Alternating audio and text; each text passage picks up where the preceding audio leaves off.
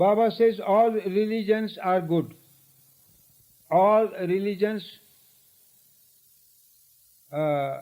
propagate the same truth. There is only one God, there is only one truth.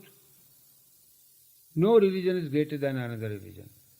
And the barriers that are created by the misconception of people of certain religion, Muslims say that my religion is greater than Hindu religion. Christian says my religion is greater than any other religion. These barriers they have created, they have got to go, Baba says. And he said, I have not come to establish any religion, but I have come to revitalize all religions. All religions are good. Nobody should change his religion or her religion at all. There is no need whatsoever. No religion is greater than the other religion. All religions are based on the same truth. That their way of expression, their way of their manifestation is different. The truth is the same, God is the same at the back of it. So whether it is a Bible or a Quran or a Avesta or a Gita, no difference. Only the difference name are given. It is the same reality, water. A Westerner will call water, and Persian will call Aab, and Hindi in India will call Pani. But the water doesn't change, it remains the same, the names change. So the names and the language and the places and the same avatar, having taken birth in different places, these are the apparent changes. Otherwise the inward truth is absolutely the same. And this humanity has not yet understood it. And it may cost a great deal for the humanity.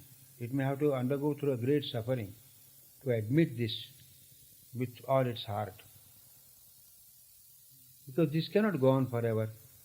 How can a Muslim say that millions of Hindus are condemned?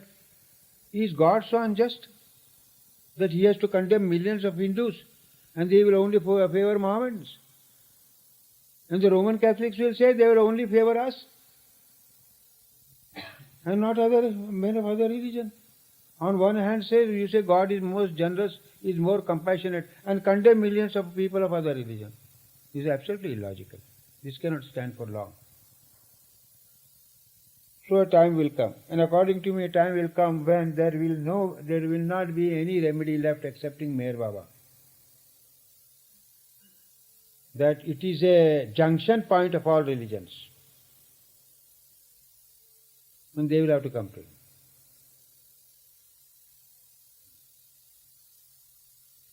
If not today, tomorrow, 100 years, 200 years, 300 years. It may take time. It cannot be accomplished in a day. All the avatars had to suffer. And in this case of Christ, how many years after the number of followers increased, and today there are millions? 2000 years have elapsed. In our case, only 7 years have elapsed. At least let 70 years go and see the result. That doesn't make us better than other people, though. Huh? What is it, sir? I was saying, but therefore being a Baba lover doesn't necessarily put us ahead of other people. Now there are certain things which I have got to explain how it puts us in a better position. Okay. It is like this. Now, we have to go back to the very concept of the avatarhood, which people of all religion do not accept. As Christians will say he is only Christ, and Muslims will say he is only Muhammad.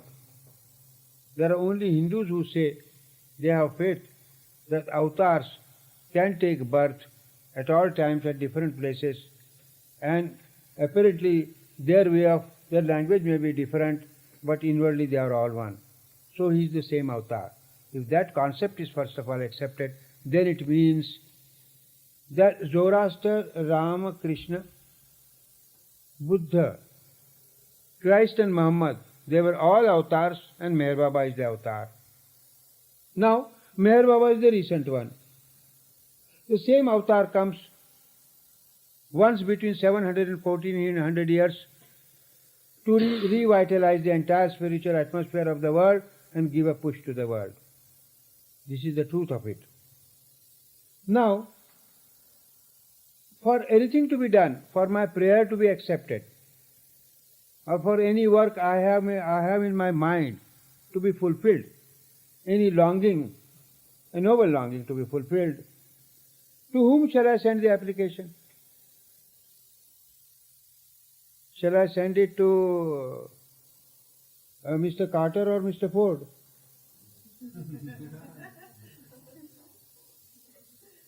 Even if you send an application to Mr. Ford, if he thinks to do something, he will forward it to Mr. Carter.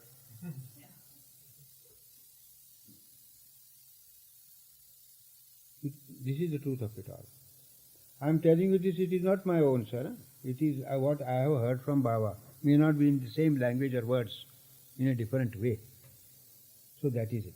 Baba during his lifetime said, all persons are praying to God. Where does it go? It all comes to me. When Christ was living, it all went to Christ. Now it comes to me because we are one. Who can come out and say that I and Christ are one? Could anybody have that daring? And will this statement last the ravages of time? Not at all. Persons who have claimed have fallen down. And there are very, very few persons who have come out and said that I, Christ are one and I, God are one. You see, disciples may have called them that he is the avatar. But here is Meher Baba night and day he said that I am the avatar, nothing else but the avatar. There was a man who came to Meher Baba and said, Meher Baba, you will have I promise you a large following. He was an influential man. Won't you do one thing? Why do you call yourself the avatar? And you are the same as Christ and Rama and Krishna, because these people, they can't swallow this at all. You call yourself an ordinary saint and there will be hundreds and thousands following you. So Baba asked him, oh, you believe that I am a saint? Yes, yes. But not the avatar, sir. Only a saint. Do you believe? Can you believe that saint is capable of telling a lie? No, no, no. Saint will always tell the truth. Then I, the saint, say that I am the avatar.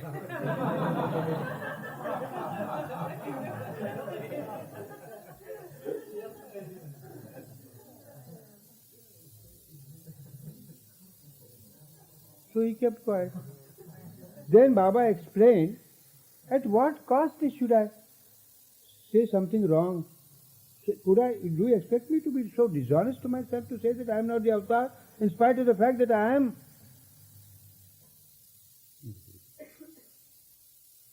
It is not an easy thing to say, unless he is.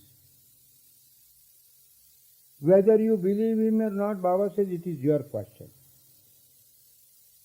God will look after your faith and belief. But so far I am there, I got to say this, because I am. There is no way out for me.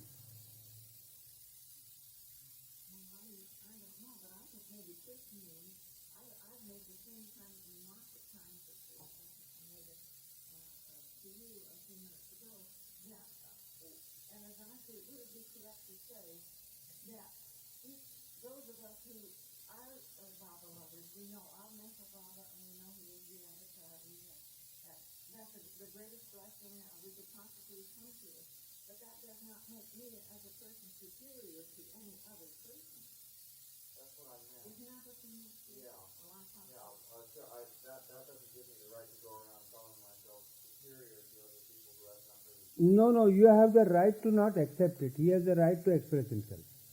You may not have the right to accept it, but he has the right to express. Now supposing there is an old college here, and a very powerful new college is opened up, and a man enrolls himself into the new college. Oh, I am bound to get a better education here. He has the right to say that my position is better than the old college. Others may not accept it. It is up to others. But you can't deny the right a man who feels like this to say this. I can't deny anybody the right. Even when a Muslim comes to me and he says, a Christian comes to me and says, Christ is the biggest teacher in the world and there is no other, I do accept it. I said, yes. But then I talk to him a little. and express my views. If he is amenable, I try to argue with him. Otherwise, leave him alone. I don't have to, you should not have any right to say this. Why? How can I say? I do not have the right to tell him that you don't have the right. I have the right to not to accept it. That is all. And I can express it to him. Really speaking, I am of the view that one should not say this. Where is the necessity for me to say that I am better placed? And if you feel that you are better placed, you keep it in your mind and heart. Why make a show of it? That is another thing. But for me to tell him that you have no right to express, I don't have that right. We are not saying the same thing. No. We are not saying the same thing at all. You see, we are challenging his right, which is not right. I did not mean that. No, you may not mean. Anybody may mean. I am not referring to you in the matter. No, even if you had done it, what objection is there? We can discuss the thing. Any other questions? Yes. That's a great question. Mastery and servitude so opposites and yet so near. So near and so far. One poet says, मंजिल बहुत करीब है रास्ता है दूर का. The destination is so near, but the way is so long.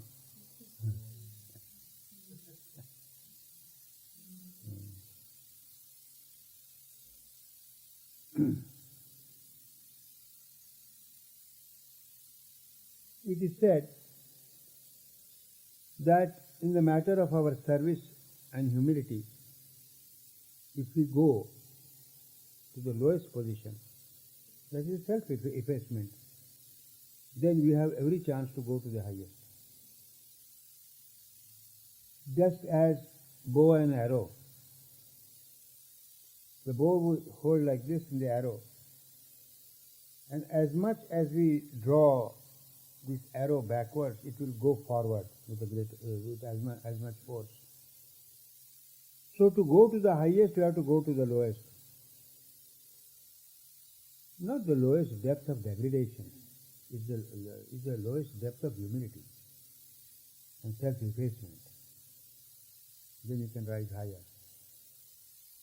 So if you have to become master, then you have to serve others. If you think that you can become a master without serving others, that will not be possible.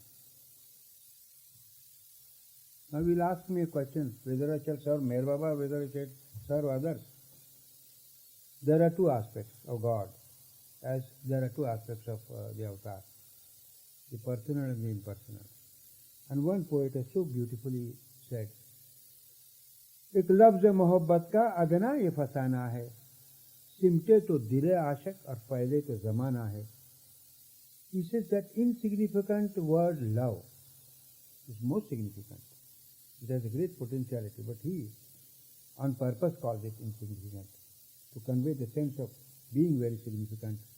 That insignificant word of love has such a potentiality that if it is collected from all over the world, it is focalized in your heart, where you can see the reflection of God. And if it spread over, it encompasses the entire universe. So these are the two personal and impersonal aspects of the avatar. The personal aspect is called his being, his divine being, and the impersonal is called his divinity. So if you have to become master, in the sense, either you have to serve him personally or to serve the world. But what happens is, how far can I serve the world? I am not able to serve my family. I may not be able or may be able to serve my community. I may be able to serve or not serve my nation. And for me to serve the whole world will be a far cry. So let me serve one who serves the universe. Who is the personage? By serving whom you will serve the whole universe.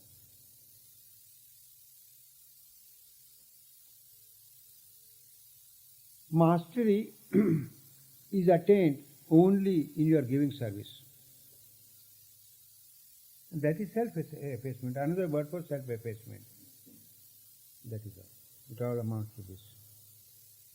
One can give service to humanity. Baba says, I exist in all, you can serve the human beings.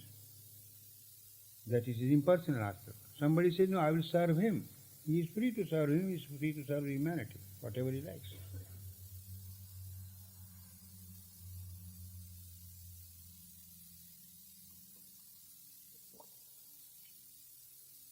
Any other question? The role of man and woman in married life? This is a very important question, sir. So far, Baba's wishes are really concerned. It has to be always one man and one woman. And the importance of the role is,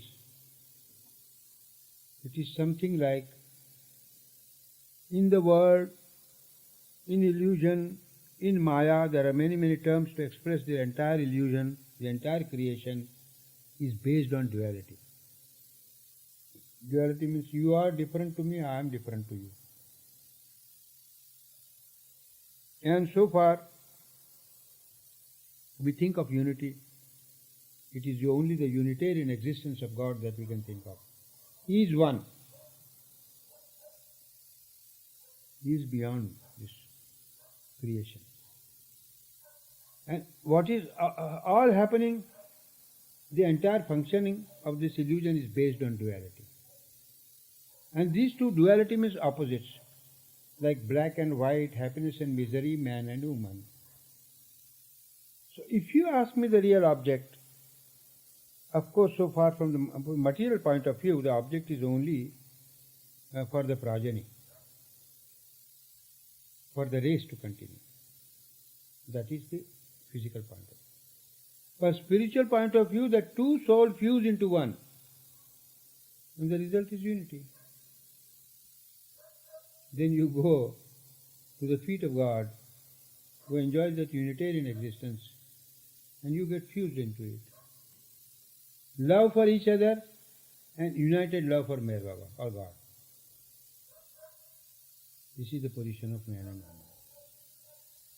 But we have distorted it to such an extent that instead of really fulfilling the object for which they were brought into being, we try to frustrate everything out of our ignorance. And the result is that we have to go on suffering, nothing else.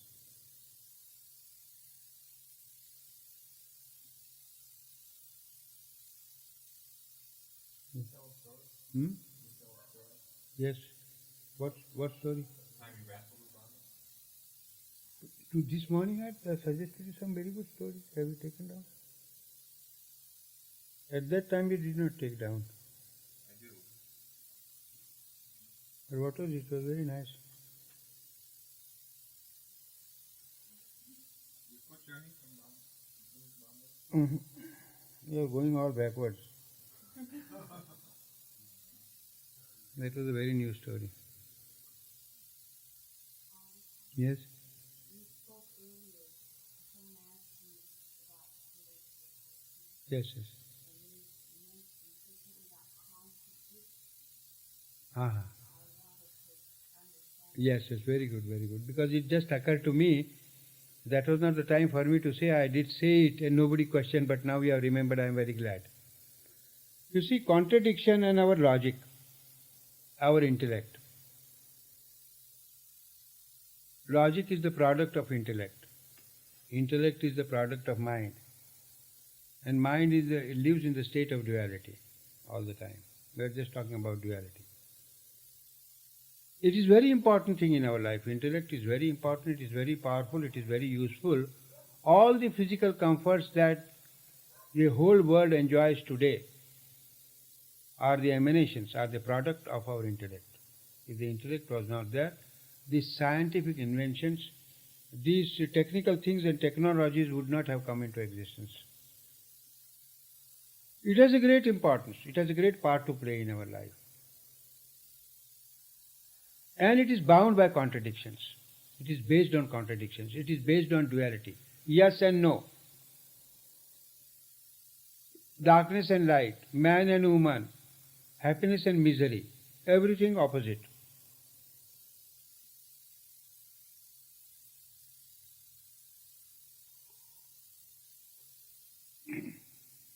A woman cannot be a man cannot be a woman. One thing at a time. If I say that this glass is here, at such and such a place, at such and such a time, I shall say it is there. I cannot say it is there and it is not there. Do you follow? My logic doesn't allow me to say that the glass is there and it is not there. Do you follow?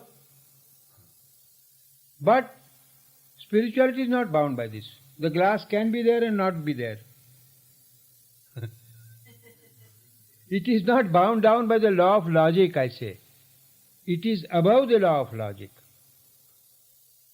And that is the law of love. I love my wife very dearly, but she contradicts me every moment of my life. And yet I go and embrace her. Why? Because I love her. That means I make my logic subservient to my love. My love is more powerful than my logic. Do you understand this? No, if you do not understand, say yes, no, or ask a question. But I have to suffer a great deal. She contradicts me every moment of my life and I have to pacify, I have to just console her.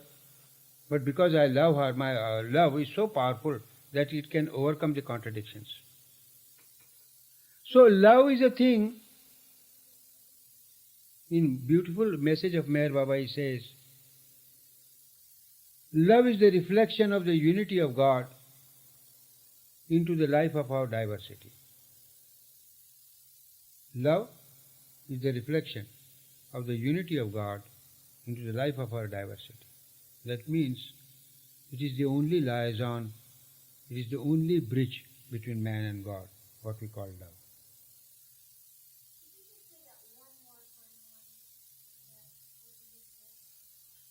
Love is the reflection of the unity of God into the life of diversity of man. Our life are diverse. Our lives are not one, just as we say God is one. So God is God and man is man, but where is the link between the two? It is love. Love is the liaison between God and man.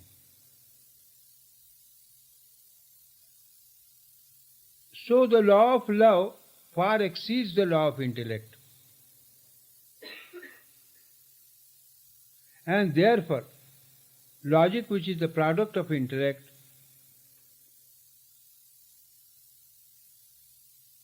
it doesn't bind the law of love. Law of love is above that. So in the domain of love, we can say this glass exists and it does not exist at one and the same time.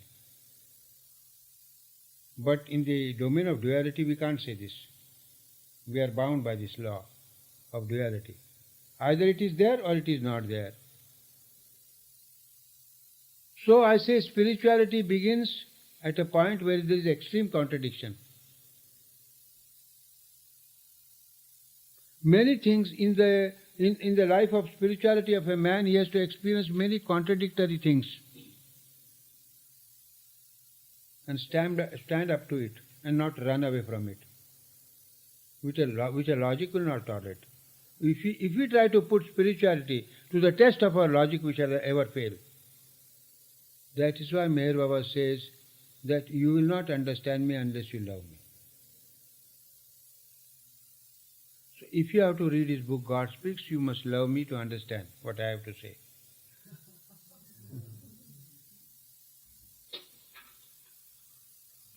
Yeah. The balance of the head and the heart. The balance of the head and the heart. I thought you were only talking about the balance of the head or standing on the head.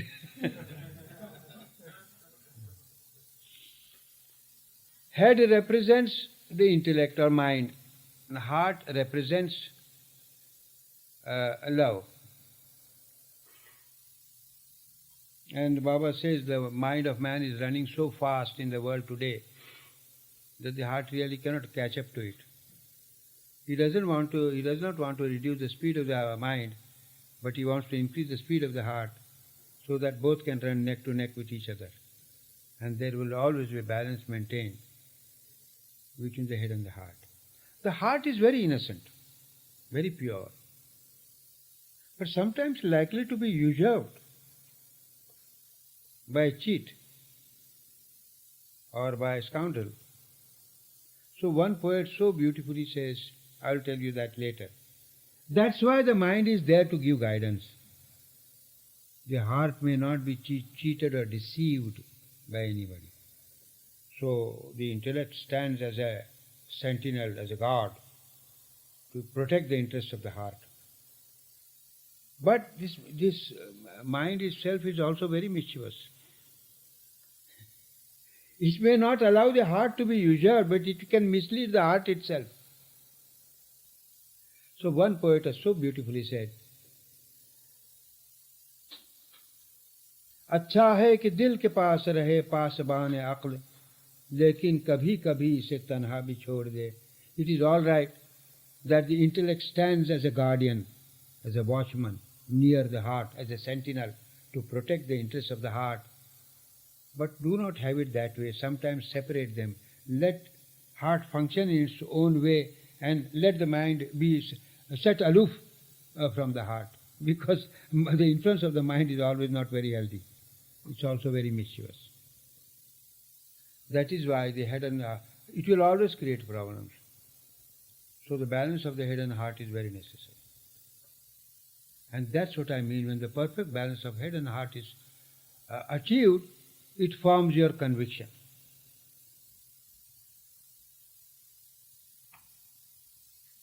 Is it true that sometimes when Baba would be giving a serious discourse and people would ask serious questions, he would decide to lighten up the atmosphere with a joke or just change the atmosphere to something light? Yes? Can you give us some examples or illustrations in doing this?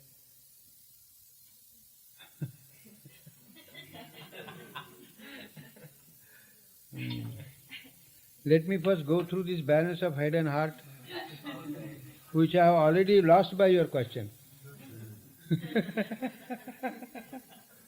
Please come and sit inside. Why are you sitting there uncomfortably, doctor? Thank you. What is intuition? Huh? What is No, let us finish this. Let us not thrust in all different questions. Balance of head and heart is a very important question you have to understand, which I say which is so contributory to form the conviction. Conviction that Meher Baba is God. I have got two things to play with. One is my mind and another is my heart. My heart accepts, but the mind rejects. How to bring around this mind, I do not know. But the day the mind wholly agrees with the heart, that means anything that the heart feels, the mind supports. And anything that the mind thinks, the heart backs up. This is balance of head and heart. And that both put together make conviction. Thoughts may come and thoughts may go. That doesn't mean that I am completely dislodged from my faith or my conviction at all. I loved my mother very much, but sometimes I used to fight with her. So that didn't lessen my love for her at all. Sometimes I used to, when Baba allowed me, I used to fight with Baba also. When he allowed me, he gave me the liberty to do so. That didn't mean that I loved him the less. We have to arrive, get established in a position where substantial things, thoughts coming and going and temper and this, that, it doesn't. They are all superficial. They don't go deep down. If somebody goes deep down, it's an exception. But if I am established in my conviction, means whatever my mind thinks about Meher Baba, my heart backs up. And whatever my heart feels about Meher Baba, my mind backs up. This put together make the balance of head and heart and forms a conviction. This is the meaning.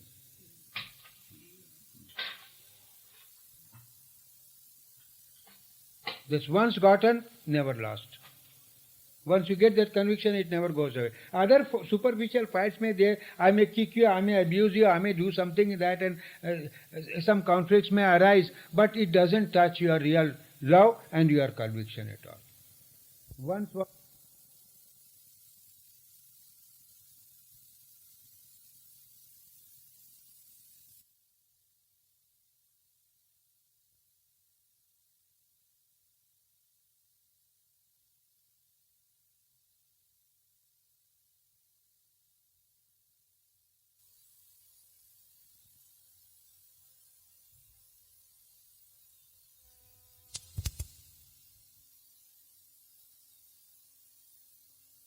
Once what happened, Baba used to tease me very much.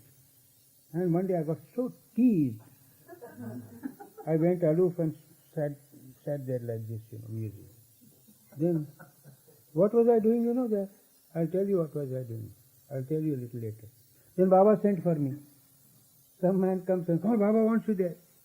Yes, I go there. I was in a very nasty mood, Just look at his face like this.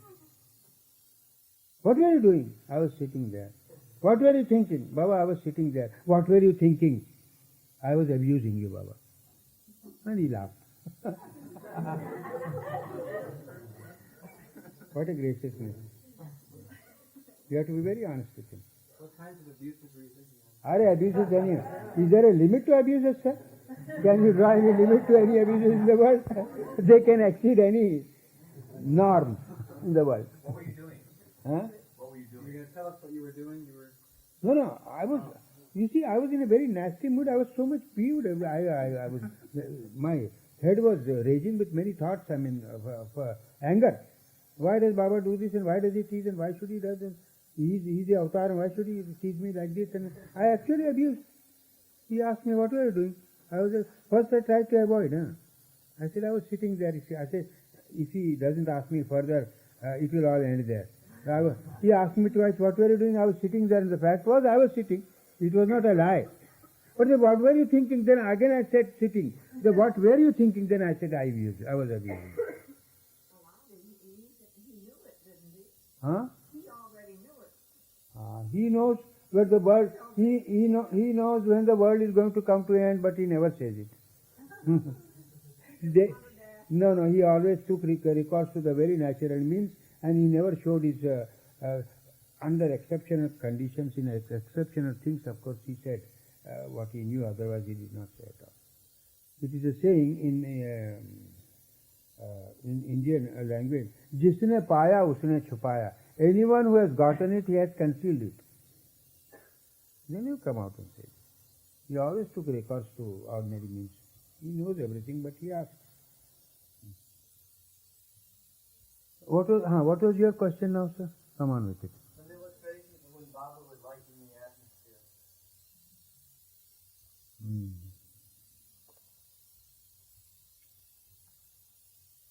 Tell the story of the time he was complaining about the Bible being Kowali, the Bible or the Bible.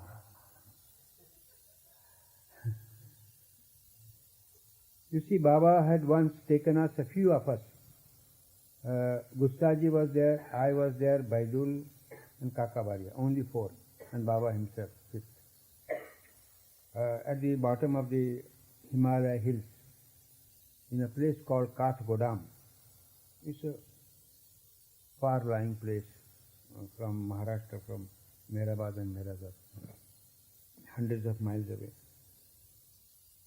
We rented a small house and we lived there. There are many things that happened there, I shall tell you. One day Baba got into a mood that I want to hear Qawwali, Ghazal. And he asked Baidul to get a nice Qawwal. Baidul was always very economical in doing things. But economy in this case did not really prove helpful at all. He went and brought a Qawwal and another tabla player, drum player, and tonga, horse carriage, and the hire of the tonga. The Qawwal was brought there. And the house where staying there. It was a small house, there was a small hall. So Baba came and sat there, we all sat there. The kawal was made to sit. And I asked the kawal, you go on singing. He began singing, and at the end of that ghazal, Baba just gets up, leaves his seat and goes in the adjoining room and sits there and asks me, what did he sing? I said, Baba, I don't understand what he sings.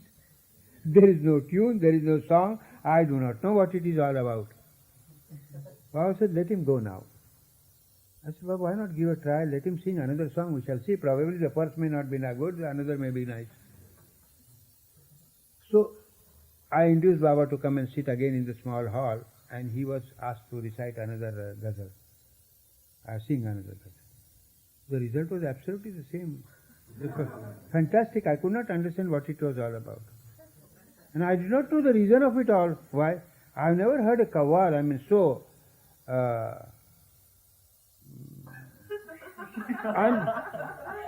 unlikable and unhearable as he was. Anyway, Baba went away, and Baba told me, did I not tell you to ask him to go away? He doesn't sing well, we don't understand. I said, all right, I will send him away. So I called Baidul and sent him away. So Baidul went with him and settled the bill. And what was the bill, you know? The fee of that kawal, the fee of that drum man, and the tonga hire, all put together 5 rupees. That means it was nearly $50. The kawal usually takes 100 rupees. And he brings a kawal including the carriage hire, and the man and tabla man takes 25-30 rupees at least. And the kawal of an ordinary caliber would take 100 rupees. So everything was in 5 rupees. I say, for 5 rupees, Baba, this was a good result.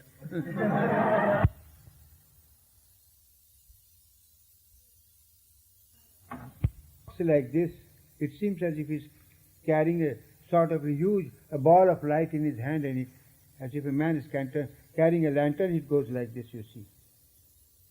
And it was there. So that was there.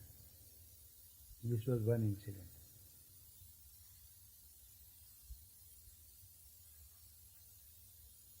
The third incident was very powerful incident. Wherein Baba said, Baba made us believe that I am going to break my silence here. For 2 days he went on telling us that I am going to break my silence, I am going to break my silence. So we were all concentrated upon it, and our thoughts did not go anywhere at all, excepting that how important we 4 persons are, that Baba is going to break all the years' silence before us and nobody else is there. Hadi, you are very important, Kaka Bharia, Gustaji and Baidul, and we were all very glad and joyous at that time. The appointed time came early morning, we got up at 5 o'clock, walked the distance, and there was another huge hill, not the hill of this yogi. There we went, and we climbed the hill, and there was a plateau, sort of a tableland on the top of it, a level land. And Baba sat in the center of it. In one corner, Baidul, another corner, Kaka Bharia, third corner, Gustaji, and fourth was I. And Baba said, you turn your faces and sit there. And when I clap my hand, you come over there. And we were all so concentrated, we did not think anything, but just wanted to hear when Baba talks and we hear. And then after 55 minutes exactly, he clapped his hand. And we went near. I was so eager to hear that Baba talks, but nothing would.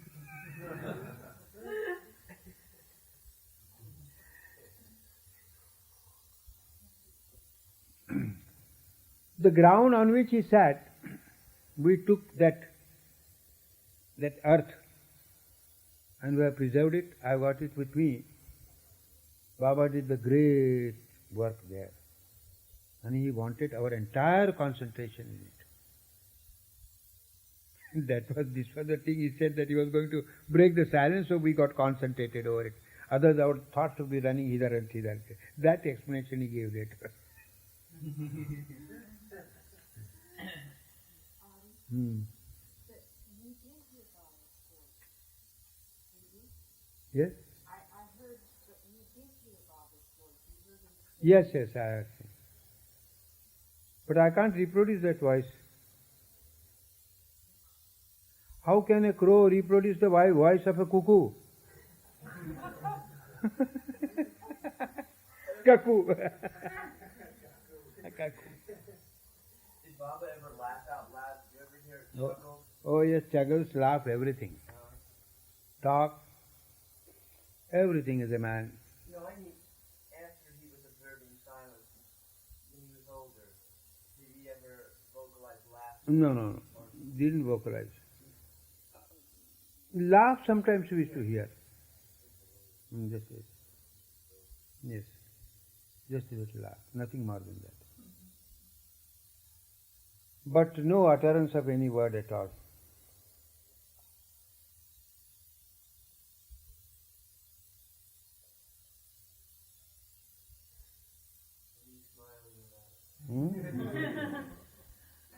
I am smiling at myself that I should have obeyed him much more than I did. And the importance is felt after he left the body so much. Sometimes being near with him, we are so familiar all along that he used to tell us,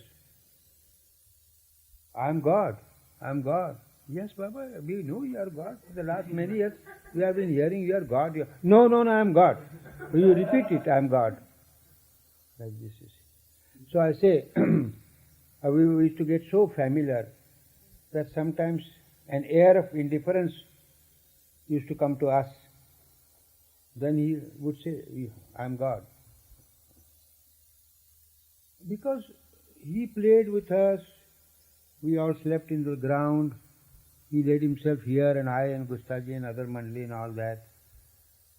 He played marbles with us, kites, cricket, and so just like a friend. So it was natural every time. We may not remember that he is God, although we knew and we are convinced. So he would come out and say that, say I am God. I said, yes, Baba, you are God. But this is not a new thing to me, I know that you are God.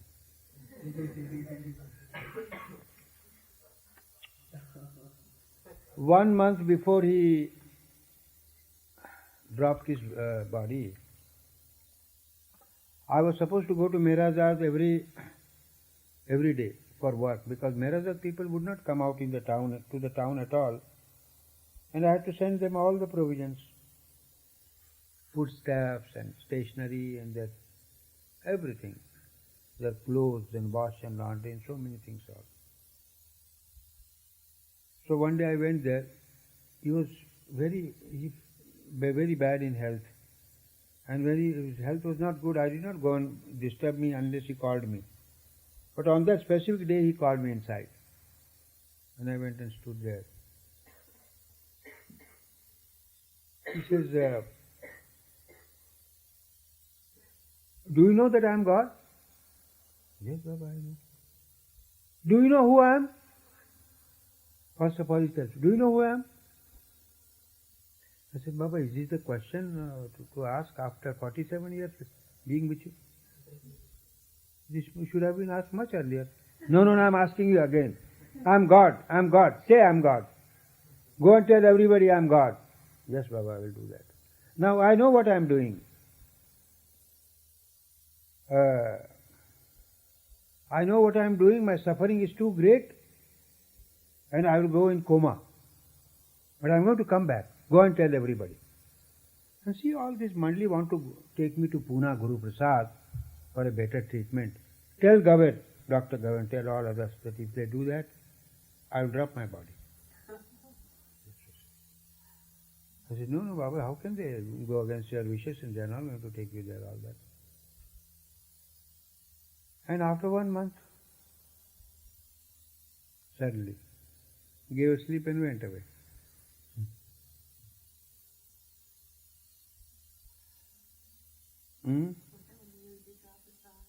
No, not that day, after 1 month.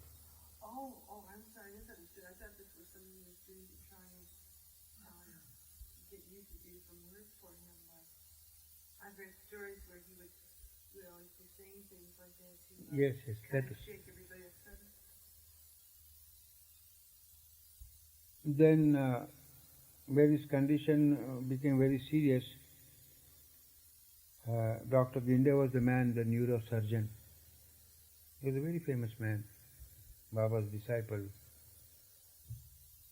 He used to live in Bombay, 200 miles away from Ahmednagar, and when his presence was required, I used to send him a phone. But he always tells me, Adi, you call me if I got to go and see Baba and bow down before him and take his darshana. But do not call me to diagnose what he suffers from, because I don't know, it is beyond me. I do not know what he suffers from. When he was very serious, Gavar sent me a word immediately to bring the doctor from Evangeline Booth Hospital. And this doctor had to bring a oxygen cylinder with him and asked Ginde to come to Ahmednagar immediately from Bombay. So I sent him a phone, and he was a brain surgeon, neurosurgeon, and he was to operate upon some patient. But when my phone went there, he told me that do not call me to diagnose Baba because it is beyond me, I can't do it. But if I have to take darshan, I said, this is a very important moment, you forget about everything and you come. So immediately he gave up everything, wound up his all operation thing, entrusted it to somebody, and he came in his car all the way. He came so fast from there. I was waiting for him in my office. When he came here, he looked so tired. He says, Adi, I want to go to bathroom, I said, his bathroom is there, you go. He went inside and came out. And do you know that he got heart attack in my bathroom? It was a mild attack. When he came out, he was very exhausted and says, Adi, give me a hot cup of milk. So I just heated up the milk and gave him, he drank and he just felt a little relieved. And I said, come on, we shall go.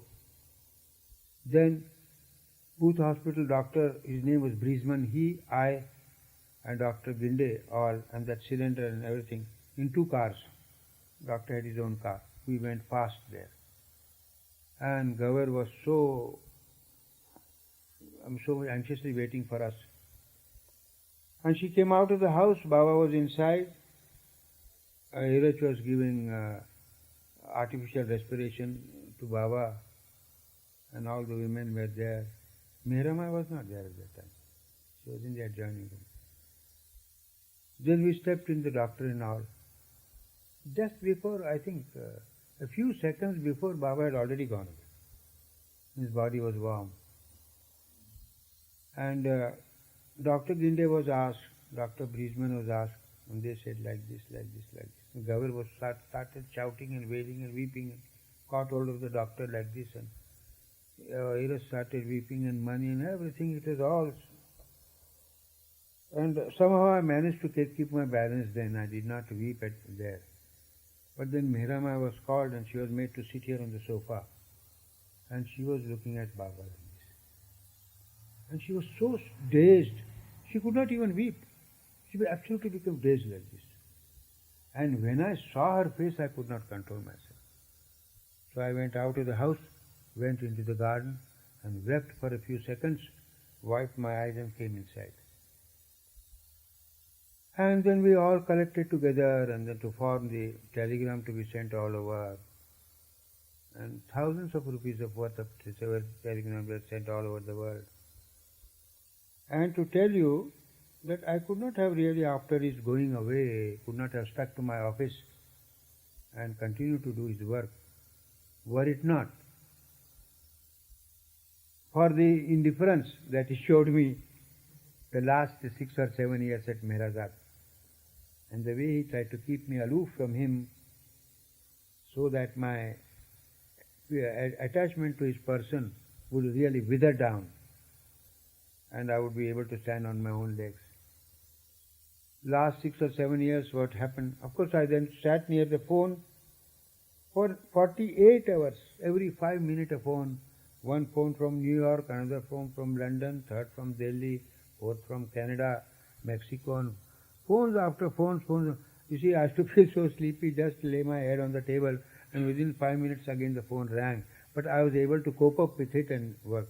And inside I was so suffering because of Baba having left us and all that. Now, I feel that he gave the strength, and how he gave was 6-7 years before he passed away, left his body. He almost ill-treated me many times, in the sense that I used to go to MeherBabaLibrary. I was supposed to go every day. Then I entered the darshan hall and he was there. Bhav Kalchuri was standing by. Baba says, "Why have you come here? Why have you come here?" I said, "Baba, for what?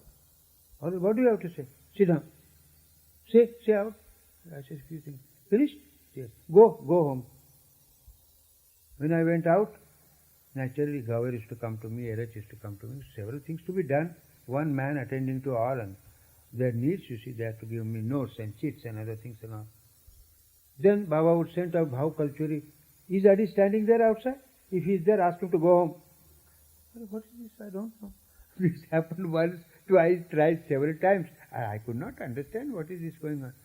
And as our human feelings would be, in spite of the fact that we took Baba to be God, I mean, once the same Baba who used to feed me with his hand like this, the same Baba is keeping me so aloof and so indifferent. I started feeling very bad within myself. And when I went to my office, I just used to go lock myself in the bathroom and weep and weep. And eyes swollen, I would come out. And all my servant boys and my mother would say, "What is this?" No, my mother was not there at that time. He was there for some time. She died in 1962. Yes, she was there. She saw, and the other servant said, "What is this? He goes to MeherBabaLibrary every day, comes back, locks himself up in a bathroom and then weeps and his eyes look swollen. What is this?" And I could not tell anybody. I could not complain to Baba. I could not reveal to anybody. And I went on suffering like this. Not on every trip, but intermittently this went on happening. And I suffered very much. And I would not understand. I said, "All right, we must bide our time, doesn't matter. Baba is our God, our friend, our everything. What is it? After all, I have been the man to tell everybody that a kiss and a kick from Baba, both are blessings. A kick and a kiss from Meher Baba, both are blessings. But when it came to on myself, of course, I started suffering and weeping. Good person to talk to. Then, when Baba suddenly went away, and I realized, oh, all that so-called treatment was a blessing in disguise. If he had not done that, I was so deeply attached to him. Because right in the beginning, 1922, I was his personal attendant. Bathing him, washing his clothes, making his bed, everything practically night and day I was with him. You see, all that love, all that attachment, how could it ever go? And to the master like this for a number of years, 47 years, can you imagine? And he treating me like this. Then I realized that Baba, what you did, that way you treated me, was really a blessing in disguise. Otherwise I could not have stuck to my office, gone away. Anywhere I do not know. I would have killed myself, done something, I would have never come back. But nothing of that sort happened. And he gave a great strength. And Meheramai amongst all, oh, she suffered. Wept and wept and wept and wept for months together. Just a little mention of Baba, she would go on weeping. Now, of course, she's come to a little, she feels herself settled now. She talks to others and she's all right. She doesn't much weep.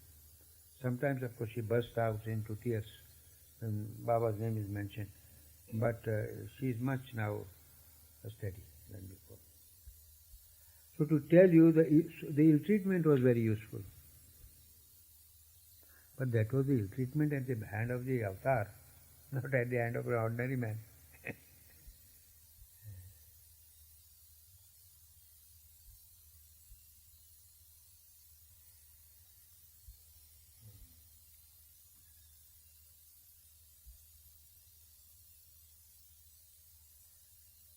What is the time? Fruit juice? No, I am asking fruit juice to her. In a couple hours, maybe. Huh? 2 hours. I am again any time to stop, any time to begin. Already last week we all enjoyed his You are right.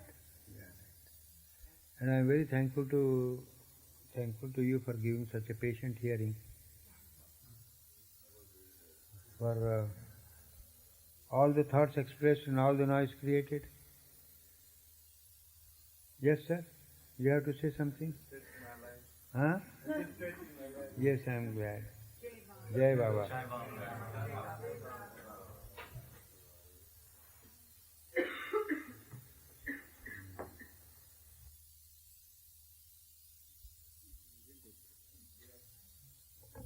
All who are present here are workers. Isn't it, Jackman? Yes. Some are eaters too. Huh? Some are eaters as well as workers. Eaters are all, they have to be. Before, I would like to ask you to ask questions or present certain difficulties in doing the work. I would like to say a few things about the work, which you should very attentively listen. Everyone basically should understand that in whatever position he or she is, I am including myself, I never exclude,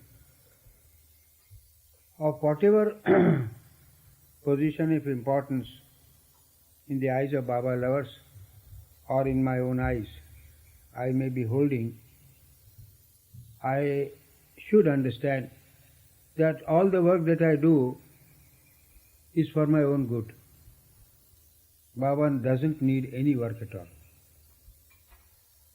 He had time and again said that I do my own work, and my own work is that he does the work internally and the external expression of that work takes place. And that's what he said before he left his body, or in his declaration in 1954, that the manifestation is going to take place. It will be the manifestation of the entire work that he has done. So I should under no circumstances pride myself that I am doing the work, although the fact remains that it is I who do the work. Whatever I do, of course I do, somebody else does, somebody else does. This distinction, this recognition we should have. But we should not have the pride of the situation. Because Baba says, you cannot do my work at all. And all the work that you do is the opportunity I give you to be useful to you, to be beneficial to you in a spiritual way. So we must understand that each one of us does the work for himself. He does not do it for Baba, that's a fact.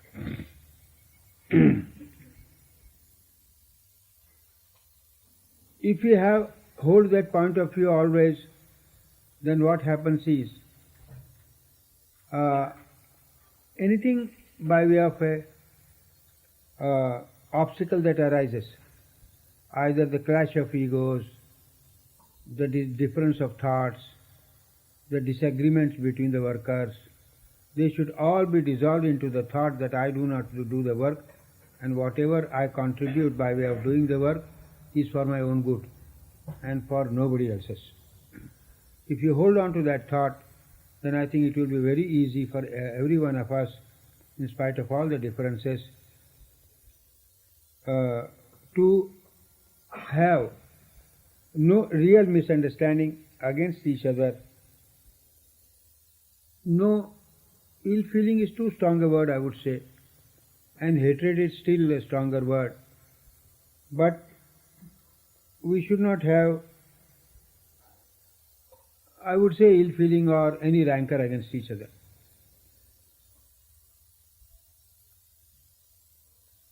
We are just the, really speaking, pawns on the chessboard of Meher Baba's work. He has given us a free will, and through which we cognize many things and we do many things. and we feel that I am doing it. I do not know. If He had not given us the free will, if He had not given us the sense of discrimination, then we could not have done anything at all. A dog is not able to do the work that a man does. A dog is not able to discriminate right from wrong that a man is able to do. The dog has its own free will, but it's an instinctive free will which makes him do things, but he is far below the rank of man who is endowed with these faculties. So he has to make judicious use of all what he has got on hand and give a greater importance to the work that he does rather than to his own feelings for or against the work. That is why Baba said once, not once but so many times, in the matter of my love, give up. Where you are concerned with my love, and if something that you possess is coming in your way, give it up. Anything and everything. It may be my wife, my child, my anything. He has made us do that. I am revealing my own experiences to you.